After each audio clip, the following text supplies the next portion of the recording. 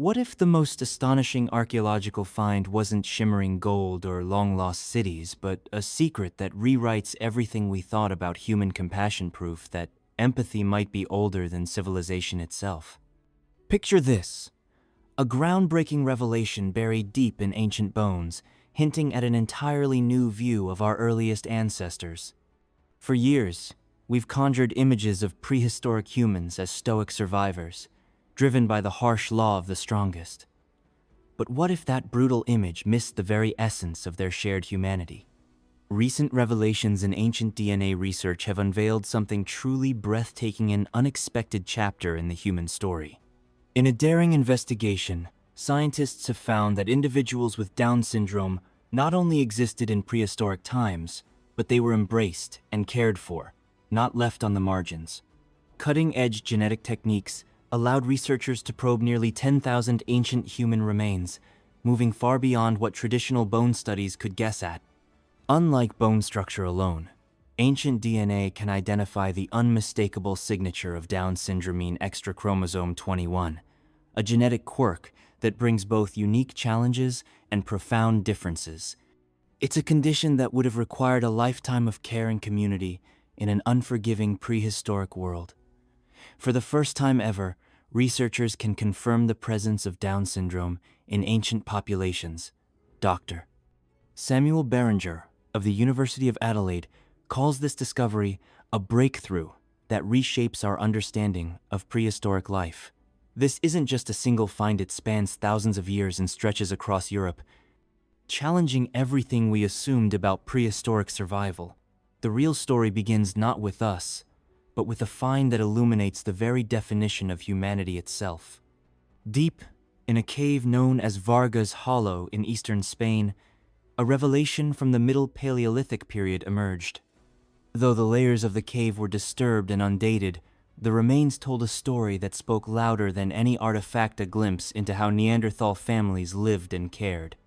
These families made temporary camps, always on the move for food and survival.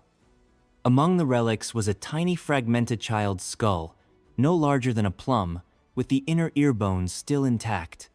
When scientists peered at this small fossil with advanced CT scans, they found abnormalities, deformations that couldn't be explained by accident or injury.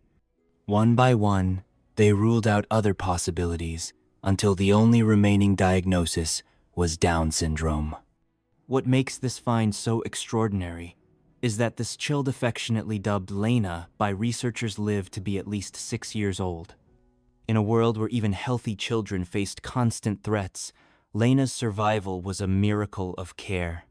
In a landscape where hunter-gatherers had to be nimble, packing up and moving on to track game, Lena would have battled deafening vertigo and relentless balance issues.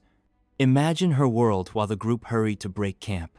Lena would have struggled to stand, every step a battle against the swirling world around her, every sound of approaching danger muffled and unclear.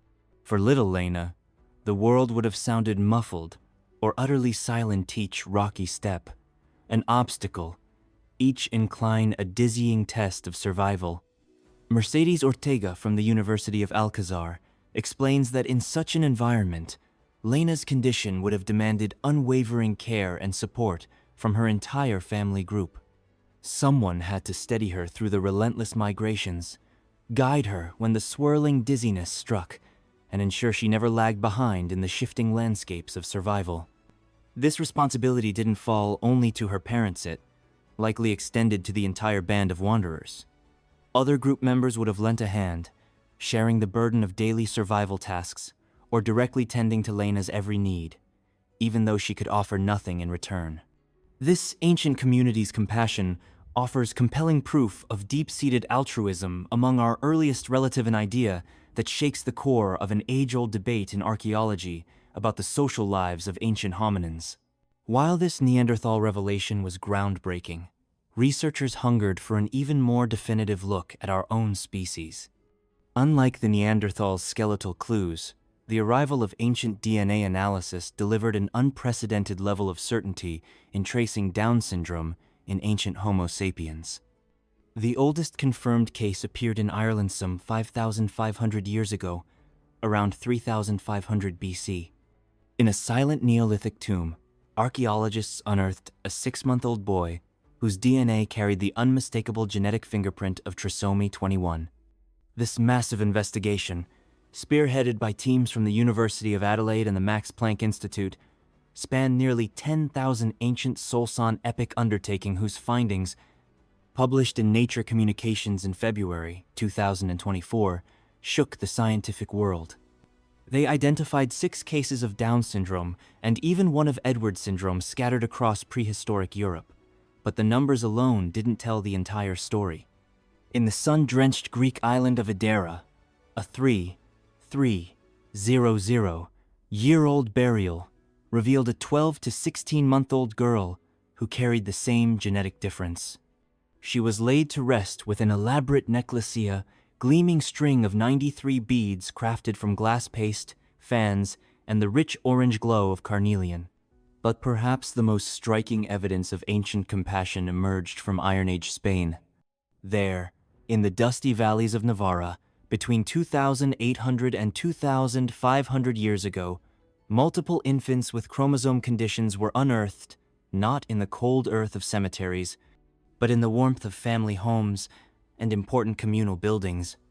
At a time when cremation was the standard rite, these children were chosen for special treatment tiny bodies, adorned with bronze rings and shells from distant Mediterranean shores. It was as if these children held a hidden significance within their communities, a secret meaning etched into the silent echoes of the past. Researchers at the University of Osoria de Barcelona now believe that while cremation was the norm during this era, these children were intentionally singled out for burial practices that set them dramatically apart. This deliberate choice to treat them differently becomes even more striking when we track it across cultures and across the centuries. In distant lands, in different eras, the pattern stays the same. Children with Down syndrome were given special attention in death, as if their communities wanted to preserve something precious about them. It's a revelation that flips our assumptions about prehistoric values on their head. These weren't cold, calculating societies that simply cast aside the weakest. Instead, they poured time, effort, and deep emotional investment into those who needed it most. It hints at a profound shared understanding of human worth, a quiet, resilient thread of compassion weaving through time and space. The findings from these Down syndrome cases echo a growing body of evidence, suggesting prehistoric people extended this careful support to others with various conditions too. It's not just a single story. It's a pattern that challenges what we think we know about how ancient humans lived and cared. Across time, from the bony whispers of ancient remains, evidence emerges of people with dwarfism, fluid on the brain, and even severe spinal conditions surviving far longer than we ever expected. Like the Romeo II individual in Italy, who lived with severe dwarfism some 11,000 years ago and reached 17 to 20 years of age, a testament to a community's unwavering support. Or the calves 12 child in Israel, with hydrophilus, who lived to about 3 years old, an astonishing 95,000 years ago. Again, underscoring the collective commitment of those ancient groups. Yet what sets these Down syndrome findings apart is their focus on the youngest, the infants and toddlers who could never have contributed to the group, whose survival depended on unbroken, continuous care from their first breath. This suggests not just a momentary act of kindness, but a fundamental belief in shared responsibility, a bond that ran deeper than survival alone. But in the world of archaeology, every answer only multiplies the questions that follow. These discoveries crack open mysteries that have yet to be solved. Why do we see a concentration of these cases in Iron Age Spain? Are we seeing real patterns of life, or is it the luck of what's been preserved? Are our methods now so refined that we're only beginning to glimpse the full truth? And what about the children who survived beyond infancy? The current ancient DNA, the evidence so far predominantly highlights infants or those who died just after birth. But what about those who might have lived longer, hidden in the countless ancient remains still awaiting advanced genetic analysis? Most tantalizing of all, How did the daily lives of these ancient communities adapt to support their most vulnerable members? What ingenious social practices allowed these groups to not only include, but nurture those who face such significant challenges? Scientists stress that these questions are only the tip of a much larger mystery. As new techniques evolve and more ancient sites come under the microscope, our picture of prehistoric disability care keeps expanding, rewriting what we thought we knew. These ancient mysteries aren't mere academic riddles there, reshaping how we see ourselves and our place in the unbroken chain of human history. These extraordinary findings tear down the old tales that early humans cared only for survival or strength. Instead, they reveal a deeper story, one in which caring for the weak and vulnerable has roots stretching back beyond written words, organized religion, or any codified moral code. Each fresh clue adds another piece to a puzzle that reframes our understanding of human nature itself.